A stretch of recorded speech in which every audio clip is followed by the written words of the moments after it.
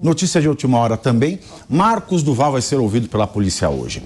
Que depoimento ele vai dar? Que Bolsonaro tentou coagi-lo, que Bolsonaro não tentou coagi-lo, que Bolsonaro o coagiu, que Bolsonaro não o coagiu, ou algo entre coagiu e não coagiu. A gente podia fazer um bolão aqui na mesa e contar com vocês aí no chat. Ou que ele nunca falou o que ele disse. Eu acho que agora ele tem que assumir a bronca, hein?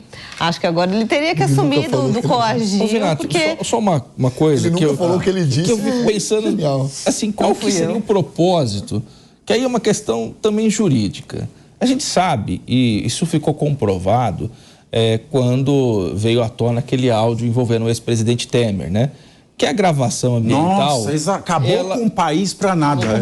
A gravação ambiental, se eu deixar aqui, estou conversando com o Pavinato, a gente vai tomar um café, eu coloco o celular gravando. Isso não pode ser utilizado no processo penal, porque é ilegal. Mais uma vez você joga na mídia, né? Então faz o inferno midiático. Exato, aí eu mando pra Veja, né? Que eu gosto, eu sou tão honesto, sou tão legalista. Aí não pode. Então, legal a sua teoria, gostei. Qual que era o propósito do cara gravar o ministro do Supremo? Se ele queria algum tipo de punição ao ministro, porque ele tem que saber que isso é uma prova que nós chamamos o direito de prova ilícita, prova imprestável. Agora, então, o propósito era só fazer o auê mesmo, né? E por que chamaram ele? Iriam chamar ele para fazer isso? Porque ele supostamente ele é próximo do ministro Alexandre. Mas ele já tem indícios alguém que ia receber. Não, pior ainda. Então não faz sentido nenhum. Faz menos sentido ainda. Exatamente. Entendeu? Um ministro que está com esse papel, que está com esse poder todo na mão, ser chamado para ele conhecendo ainda mais, faz menos sentido ainda. Cada vez faz menos sentido. Mas também achar que o ministro Alexandre é um besta, né? Porque eu duvido que ele ia se deixar... Exatamente, que ele saiu lá... Fui lá tomar um copo d'água lá com um chá de camomila na Sala Branca lá... e falar umas conversas erradas dessas. Veja que sucesso eu obtive. Eu não consigo... Vai ficando pior. Eu não consigo imaginar o ministro numa conversa errada dessa, assim, vai ficando pior.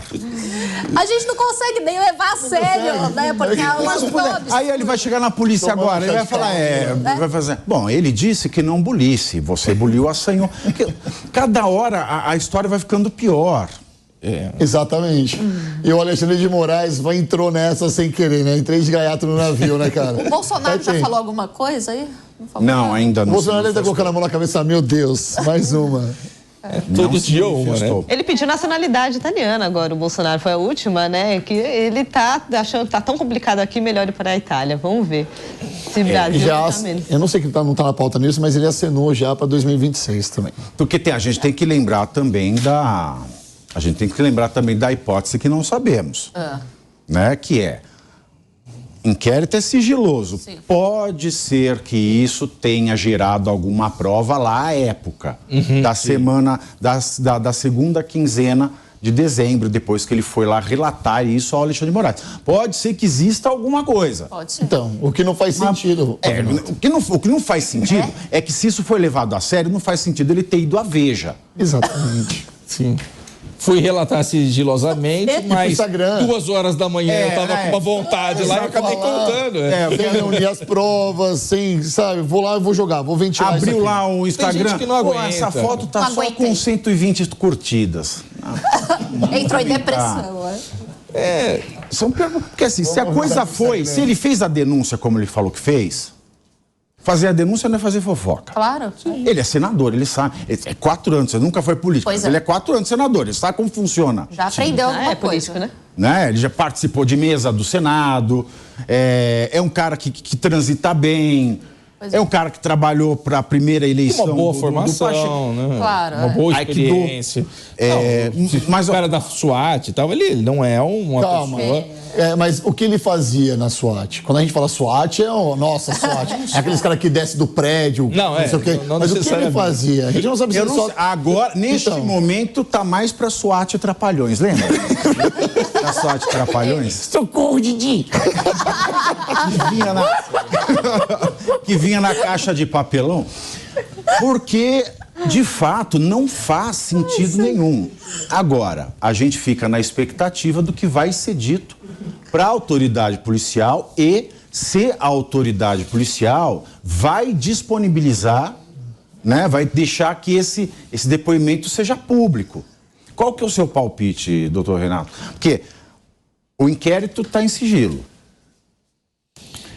Vai ser pública essa declaração dele depois de tudo isso que ele falou? Eu acho que essas coisas, se não for públicas, elas acabam vazando. Não, vamos esquecer que existe vazamento. Vamos esquecer que existe vazamento. Eu acho que a grande pergunta da Polícia Federal, a Polícia Federal é séria, né?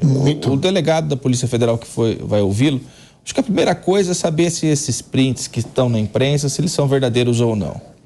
Acho que o primeiro ponto vai começar a oitiva... primeiro tem a jurisprudência do Superior Tribunal de Justiça, que diz que print de celular não pode ser prova suficiente para abertura e sustentação do processo criminal. Jurisprudência do... Exatamente. Eu acho uma jurisprudência equivocada. Então ele tem que mostrar, entregar o celular para a perícia. Para fazer uma perícia, né? Que daí a Polícia Federal vai falar, olha, de fato, isso daqui, o número que mandou essa mensagem, de fato, é do celular do ex-deputado Daniel Silveira. Ou então, pelo menos, lá a ata feita em cartório, na presença do tabelião, que atesta que é um documento com fé pública. Primeira coisa é descobrir se isso é real.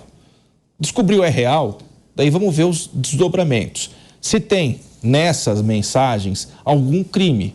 Porque se é só uma conversa de maluco, também... Exatamente. Acabou o assunto, né? Não, mas acabou mesmo, porque tem acusação e acusação. Porque agora tem uma grande consequência agora. Não, daí do ponto de vista de investigação dos... mas isso é outro crime. Citados. Ok, perfeito. Tá. Daí, assim, vamos lá. Teve realmente participação do Daniel, teve participação do ex-presidente, tudo mais. O processo segue. Se não, você arquiva esse inquérito e os citados indevidamente que tomem as medidas judiciais cabíveis, como o processo, ação penal privada por calúnia, por difamação, para conseguir a reparação. E até porque, então funciona assim. Se ele falou que foi coagido, não foi coagido e foi coagido, ele pode ter respondido na reunião, eu topo, depois eu não topo, depois eu topo, depois eu não topo. No mínimo uma difamação ao ex-presidente também. Exato. Sim. Então, você tem que provar tudo o que você fala. Aconteceu, não aconteceu, e daí quem está do outro lado toma as medidas, né? Se alguém fala alguma coisa, é responsável pelo que está dizendo. Ainda mais assim, né? Você pega uma das revistas mais importantes do país e joga uma série de acusações. Eu acho que pode ser que a coisa se complique um pouco mais para o Daniel Silveira, em sendo verdadeiras as mensagens. Os demais, eu acho... Vai ser só mais uma para ele no caso. Agora...